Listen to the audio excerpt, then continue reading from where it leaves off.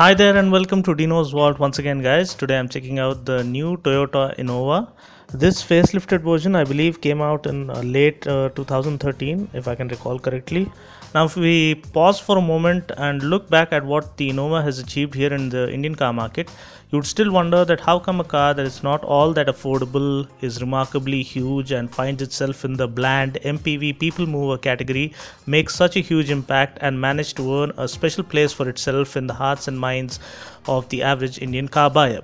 Now one can say that the Innova has achieved the impossible here in India because not only has it managed to introduce a proper MPV culture to us, it has also created a segment for itself that is completely and ruthlessly dominated by the sheer majesty and practicality that it has on offer.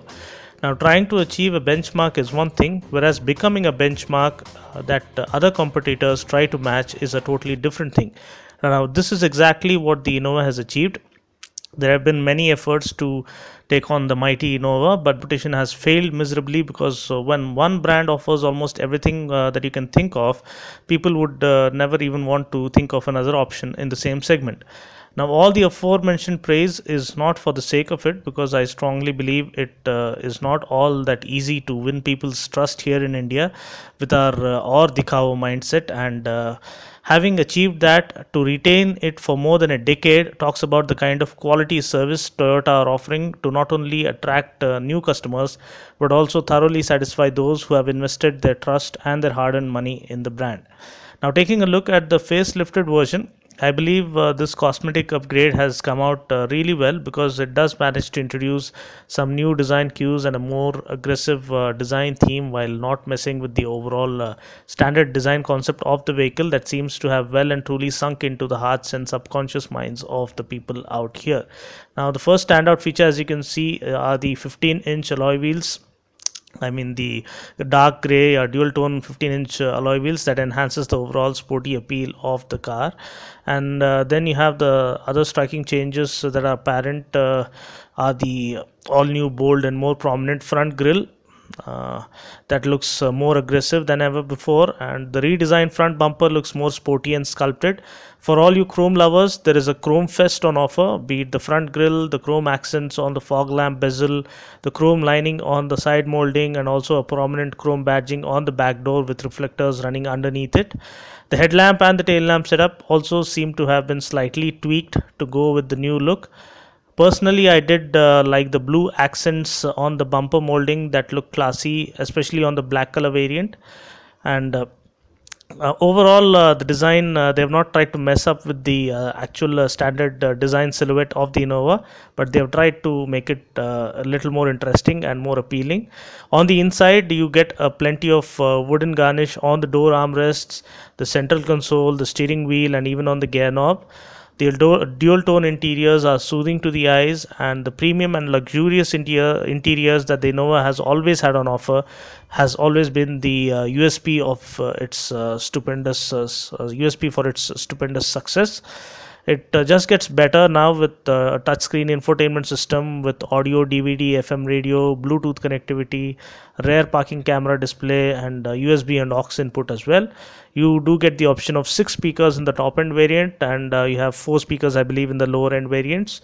You also get a 4-spoke steering wheel with steering mounted audio and phone controls. You also get a well-lit instrument cluster with a multi-information display that sits right above the infotainment system. The seats are extremely comfortable, bearing in mind the fact that its main job or purpose is to move a set of people from point A to point B without letting the fatigability levels really go high for the traveling passengers. I stand testimony to the fact that fact, because I have done several highway rides in an Innova myself, though it was preceding. It was the previous model, and you have great comfort levels on offer. For the driver and the passengers sitting in the first 2 rows. You have a dedicated AC vents for all 3 rows. The third row is never comfortable for adults in any MPV currently found in the Indian car market. However, Toyota have tried to improve that by offering a sliding adjustment to the second row so that you can push the seats forward to find a little more knee room should you need it. And since there is plenty of room between the second and the first row, pushing the second row ahead doesn't make much of a difference. and I'm around 5'7", and I didn't feel all that awkward sitting in the third row for short commutes within the city limits to malls, etc. in my friend's Innova. And the suspension setup and the brakes are almost best in class. Also, coming to the practicality factor, you have plenty of storage spaces. You have door pockets and bottle holders on all four doors. You have plenty of storage spaces wherever necessary. And other practicality features are the way the seats can be folded and adjusted in every which way possible. You can tumble down the second row completely and fold up the third row to the sides for making so much room that you can almost stuff up a couple of refrigerators or washing machines in there. Now, don't get any ideas to try that out in the real world out there. I'm just trying to exaggerate here. Anyway, both third and the second row would can be folded flat as well. Also, the second and third row seats come with reclining option, and you feel suffocated already with the kind of features available on board. I too feel suffocated, iterating them to you, but that's the unbelievable levels of practicality that the Innova has on offer, and that is what I think it makes it a benchmark in this segment.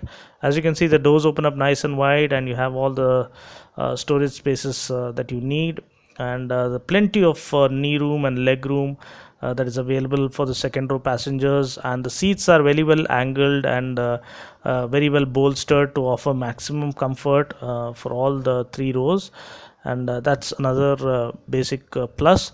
Talking about the powertrain that powers the diesel variant, you have a 16 valve 4-cylinder 2.5 liter 2 kd FTV diesel engine with an intercooler turbocharger that puts out a maximum power of 102 PS at 3600 rpm and 200 newton meters of torque between 1200 and 3600 rpm. You also get a petrol engine available on order basis that I guess is a 2-liter engine and puts out a maximum power of 140 PS. Apart from this, you have standard features like parking sensors with the rear parking camera, automatic climate control, tilt steering, keyless entry, and driver seat height adjustment. And talking about the safety features on board, now as you can see, this is how easy it is to flip down the seats, and this is, I guess, is the way you get to the third row as well. Getting back to the safety features available on board, you have the regular safety features like ABS and dual airbags. Apart from that, you have something called GOA, which stands for Global Outstanding Assessment. It is Toyota's very own patented passive safety initiative that tries to offer maximum safety not only to the passengers available on board but also to the others involved in the accident.